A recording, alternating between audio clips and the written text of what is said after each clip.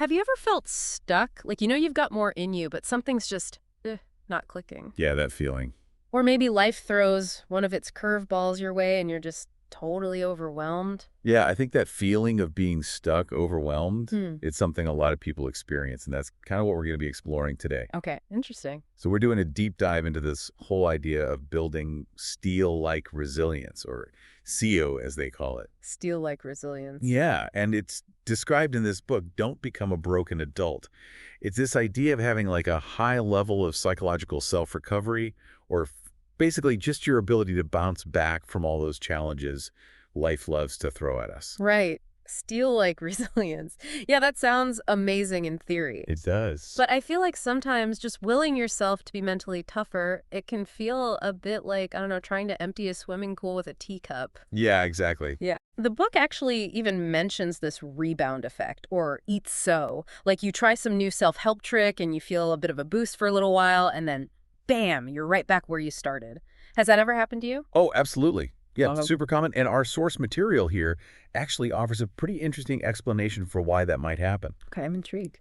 So the book argues that a lot of times it's because we're missing this really fundamental first step, developing what they call metacognition. Metacognition. And without that, without that groundwork, any other attempts at self-improvement, well, they might not work at all. Okay. They could even backfire, actually. Interesting. So for our deep dive today, based on this book you've shared with us, Yes. our mission is to really understand metacognition. Right. And how it's this key to building that lasting steel-like resilience. Let's start with unpacking this steel heart idea. It's not about becoming some emotionless robot, is it? No, not at all. The book actually clarifies that this steel heart idea, it's not about being rigid or unfeeling. Okay. It's really all about that high psychological self-recovery, that resilience that we were talking about. Right. So think of steel not as this, brittle thing that might snap under pressure. Okay. But as something with a kind of softness to it, you know. Allows it to bend without breaking. Okay. It's got this flexibility, and it has real power to recover its shape. Real adaptability. I'm with you. Whatever comes its way. That makes a lot more sense. The book even uses this image of Japanese swords. Nice. They're famous for being both incredibly strong, but then also surprisingly flexible. Right. You can bend them, but they don't lose their edge. Yeah, and what's really interesting here is the contrast the author draws. They talk about how strength and holding firm beliefs, those are often admired qualities. Of course. But they can become weaknesses if you take them too far. Oh. So if you're too rigid in your thinking or hyper-focused on just one thing, that can actually lead to problems, difficulties in your relationships, and even contribute to mental health challenges down the line. So it's all about finding that balance Yeah. between having that inner toughness to weather the storms, but also a kind of softness that lets you, bend and adapt to your surroundings. Exactly. For your overall well-being. And this isn't just some theoretical idea. The author's actually basing this insight on their experience treating thousands of patients. Wow, okay. They talk about how historically, society has put so much emphasis on individual willpower. Right. Just grit your teeth and push through. You can do it if you just try hard enough.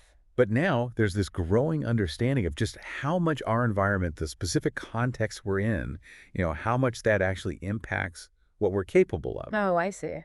It's not all on us. Okay, that's interesting. And sometimes that mismatch can even lead to conditions like adjustment disorder or...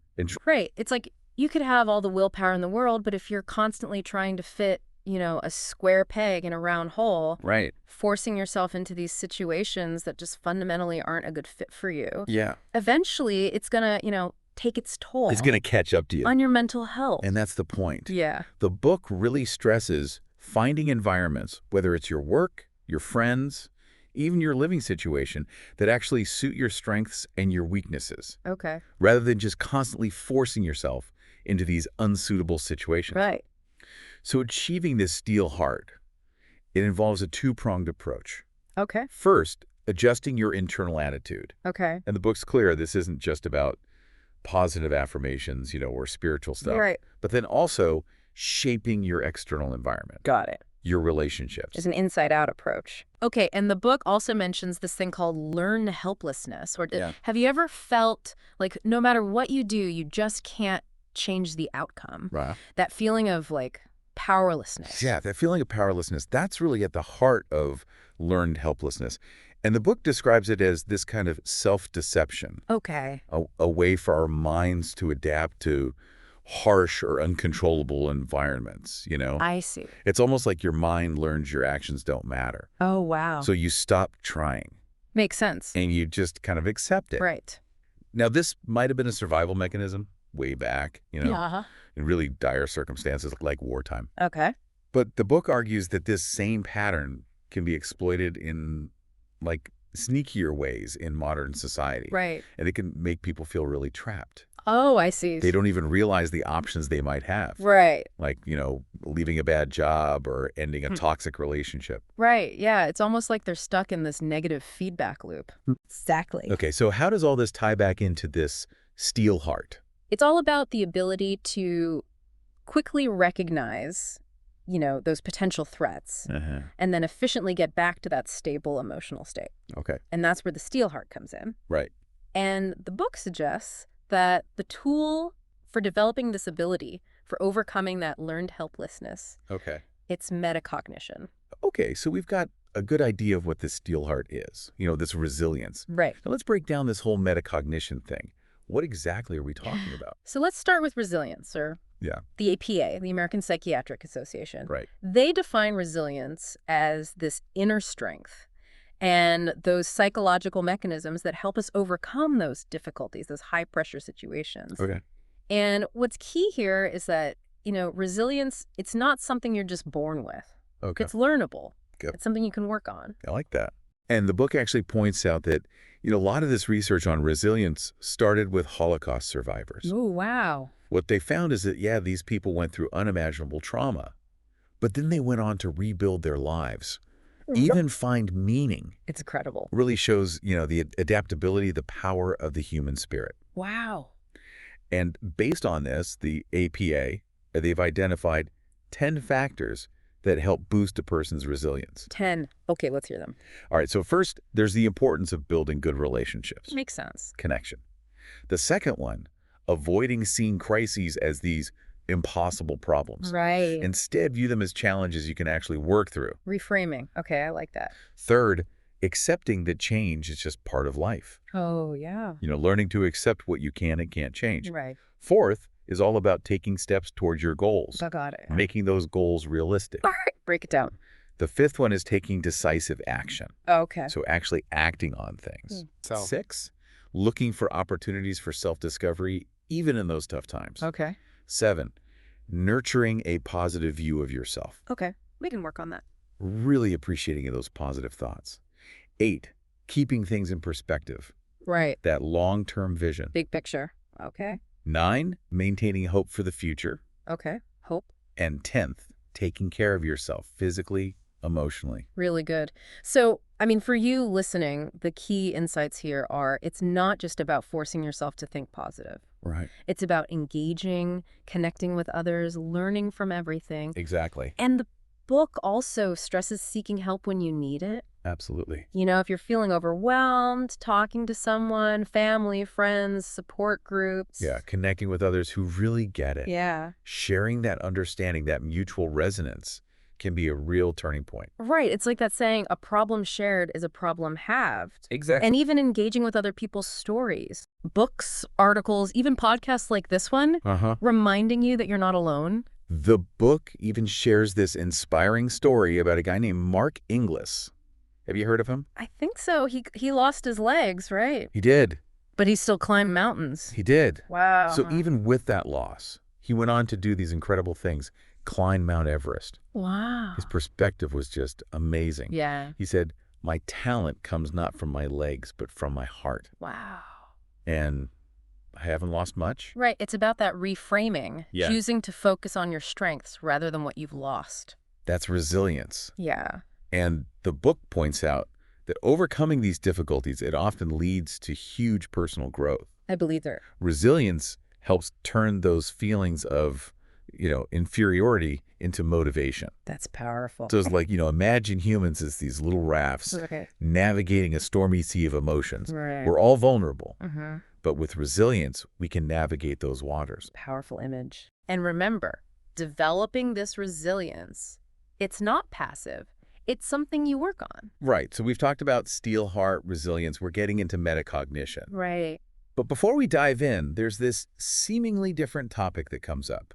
This misconception of being disliked and overestimating ourselves. Yeah. How does this fit in? It seems like a bit of a detour. It might seem like a detour, but it's actually really important for understanding why metacognition is so crucial. Okay. So the book starts by addressing this feeling of lacking self-confidence. A lot of people experience that. Yeah, I'm sure. And it points out that in Japanese culture, humility is really valued. Yes, of course. Which is great in a lot of ways.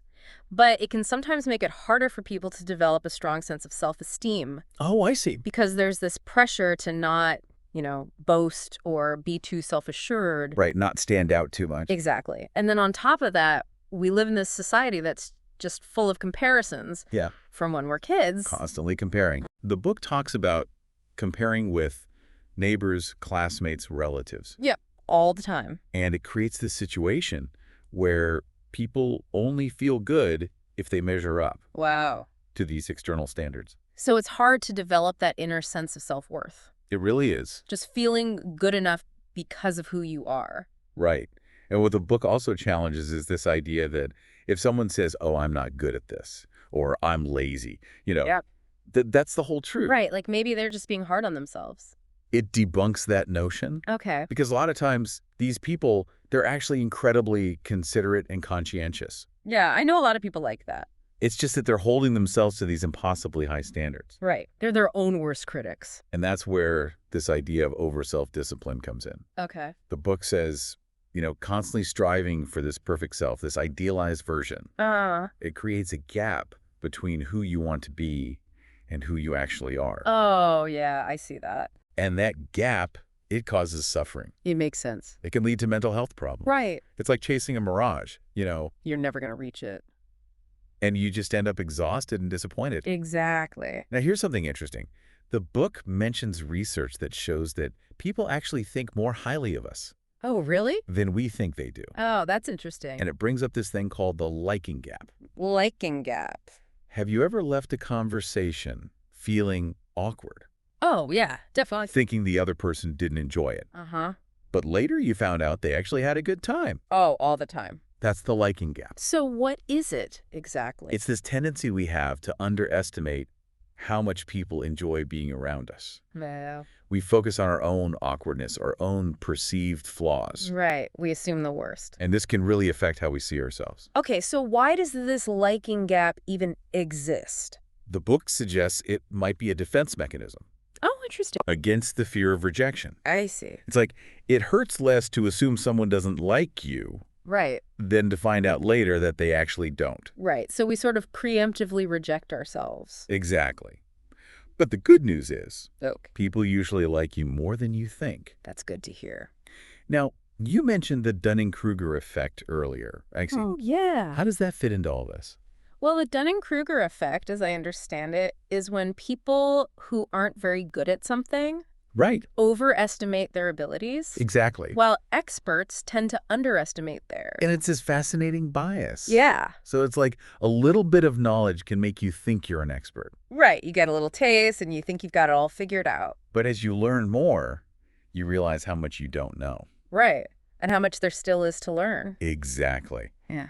The book talks about how this overconfidence comes from that initial jump from knowing nothing to knowing something. I see. But then, as you become an expert, you gain this appreciation for the vastness of the field. And the expertise of others. And this connects back to being too hard on ourselves. Right. Because the Dunning-Kruger effect doesn't mean all confidence is bad. Okay. Sometimes it's earned. It's about having a realistic assessment of yourself. Right, an accurate view. Which leads us to this idea of a balanced perspective. The book explores this through the middle way. Yeah, the middle way. It's a concept from Eastern philosophy. Right. The book actually brings in the Buddha teacher here. Yeah, okay? Buddha. But it presents him as a philosopher, a teacher, not a divine being. Right, like a wise guide. Someone who, saw himself as an ordinary human, Okay. just with deep insights into the mind. Okay. The book highlights Buddhism's psychological side. Uh-huh. It talks about how early Buddhism was like a community, Oh, interesting. a form of group counseling around Buddha. So people would go to him for guidance. Yeah, they'd share their struggles, seek understanding. Like an early therapist. And the middle way he talked about, it's all about balance, Okay, I like that. avoiding extremes, Sounds good. not overworking yourself, Right. but also not being lazy. Okay. It's about finding that sweet spot, Right. that place of mental stability. And the book says an imbalanced mind, it leads to extreme thinking. It does. It even gives examples of these really intense thoughts. Yeah, like things you might hear in a psychiatric setting. Okay, like what? Like, I'm the ugliest person in the world. Wow. Or, I only have two choices. Work until I die, or complete failure. Those are heavy. Yeah. Must be hard to live with those kinds of thoughts. And even though they might sound illogical to someone else, they're very real to the person experiencing them. Of course. The book points out that these extreme thoughts, they can be influenced by your environment, your past. Right, like trauma. Sometimes you don't even realize how distorted your thinking has become. It's scary. But the book offers a way out. It's called objective examination. Objective examination. And this is directly linked to metacognition. Okay. It's the ability to step back, Yeah. analyze your thoughts, Right. Get some distance. and guide yourself back to that balance, that middle way. I like that. The book gives this example of someone with depression. They might constantly blame themselves. Right. It's all my fault. Everything's my fault. Yeah. But if you start asking questions, is it really all my fault? Are there other factors? Right. Challenging those thoughts. You can start to see things differently. Okay. So your self-evaluation might be very different from how others see you. Right. We're often way harder on ourselves. And the solution might be closer than you think. I like that. This objective examination really sounds like metacognition in action. It is. And the book even says that this ability is closer than we realize. Yeah, it uses this fun example from manga. Oh, my. And the characters break the fourth wall, They make these self-aware comments. It's like they're acknowledging the story. The book calls this meta-commentary. Yime, Right, like they suddenly become aware. for stepping outside the narrative. It's like they're saying, hey, I'm in a manga. Exactly. And that's a form of metacognition. So metacognition is not this far-out concept. Not at all. We actually do it all the time without even realizing it. Yeah, the book gives examples of this unconscious metacognition. Okay. Like what? Like, checking the weather before you go out. Right. Or choosing the easier route when you're tired. Right, or maybe deciding to study the subject you're weak in before the one you're good at. Exactly. It's all about using our past experiences to make decisions. You're reflecting on your own processes. Right, our memory, our strengths and weaknesses. These problem-solving skills. And this leads to this idea of metacognitive knowledge, right? Yes, it's all the stuff we've learned about how our minds work. So it's the information we use when we do metacognition. It shapes our actions and decisions. Okay, can you give an example? Sure. So let's say you've noticed you're forgetful. Happens to the best of us. You've realized you're more forgetful than some other people. Oh, yeah, I know a few people like that. That's metacognitive knowledge about yourself. Okay, so just knowing that is metacognitive knowledge. Right. But then deciding to, say, make a to-do list to help with that. That's metacognitive activity. Metacognitive activity. It's when you modify your behavior based on what you know about yourself. So it's taking action. Right. And the book breaks this down into two parts. Okay. Observation and examination. Okay. And control. Okay. All right, so observation is like evaluating your actions, your thinking. Okay. Control is then changing your actions based on that. So with my forgetfulness, observation is remembering all the times I've forgotten stuff. Right. And control is then making that to-do list. Exactly. And you need both. Okay. Like two wheels on a car to move forward. And breaking it down like this is especially helpful when things go wrong. Right, when we make mistakes. It helps you figure out where the problem was in your thinking. Right, to learn from your mistakes. And this is crucial in places like healthcare. Oh, yeah, where mistakes can have big consequences. So a good understanding of metacognition can help prevent those mistakes. Absolutely. And metacognition is also key for learning. Okay. It's figuring out what you need to learn That's observation. Uh-huh. And then choosing the best way to learn it. Right. That's control. Makes sense. So in today's world, the book argues that metacognitive skills are super important Yeah, the world's changing so fast. for staying mentally stable, being efficient, and just adapting to everything. It's like, it's not just learning what to think. Right. It's learning how to think. How to think about thinking. The book even says metacognition is the foundation of all thinking. That's a big statement, It is. but the book backs it up. Okay, how so? Well, it talks about how learning metacognition is now a big focus in Japanese schools. Oh, really? It's being discussed by the Central Council for Education, Shiwe, That's a big deal. and it's all tied into this push by the Ministry of Education for active learning. Active learning. Yeah, it's this approach that encourages students to be more independent. So they're not just passively listening, Right, they're thinking about how they learn best. setting their own goals. And the book stresses that metacognition is crucial for this to work. Because they need to understand their own learning process. Exactly. They need to assess their understanding, figure out what they need, and choose the best methods. Sounds like they're really trying to prepare students for the future. And this shift in thinking is happening because of Japan's changing role in the world, the aging population. Right. They need a new approach to train people who can thrive in this complex global landscape. Yeah, I can see that. The book even mentions that these metacognitive learning methods are being used in top universities worldwide. Oh, wow. Harvard, Cambridge. Really? It's becoming a crucial skill globally, I believe it. not just for students, but for educators too. Interesting. It could be really important for Japan's future.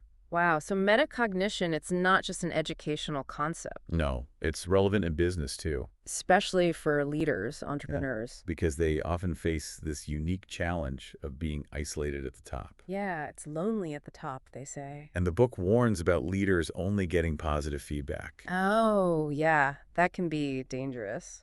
It prevents them from really seeing their strengths and weaknesses. And making good decisions. So having a clear understanding of yourself, your position, your abilities, Essential. it's the starting point for everything. And the book even brings in Sun Tzu, Yeah. The Art of War. It quotes this famous line, "Know yourself and know your enemy, and you need not fear the result of 100 battles." Wow, I love that. So it's like metacognitive self-assessment is your weapon. In any competitive situation. Exactly. And the book concludes that metacognition, that ability to objectively examine yourself, It's the foundation of all thinking. that's the key takeaway. This is all so insightful. Now, the book uses this great analogy of metacognition as a compass in life's mountains. Yeah, it draws on Hillary Clinton's idea of life being like mountain climbing. Okay. And the book says, just like climbers need maps and compasses, Right, to stay on track. we need metacognition to navigate life's challenges. To know where we are, where we're going. Because without those tools, climbers get lost. Yeah, they can wander off course. And in life, if we don't have that sense of progress, of how far we have to go, Right. we can get overwhelmed, stressed. And scared. It's the fear of the unknown. Yeah, the unknown is always scarier. But knowing where you are, where you're going, It gives you that feeling of control. even in difficult situations, So metacognition is like that compass. it keeps us oriented. But the book also warns about biases. Yeah, it's like a broken compass. It can lead you in the wrong direction. Exactly.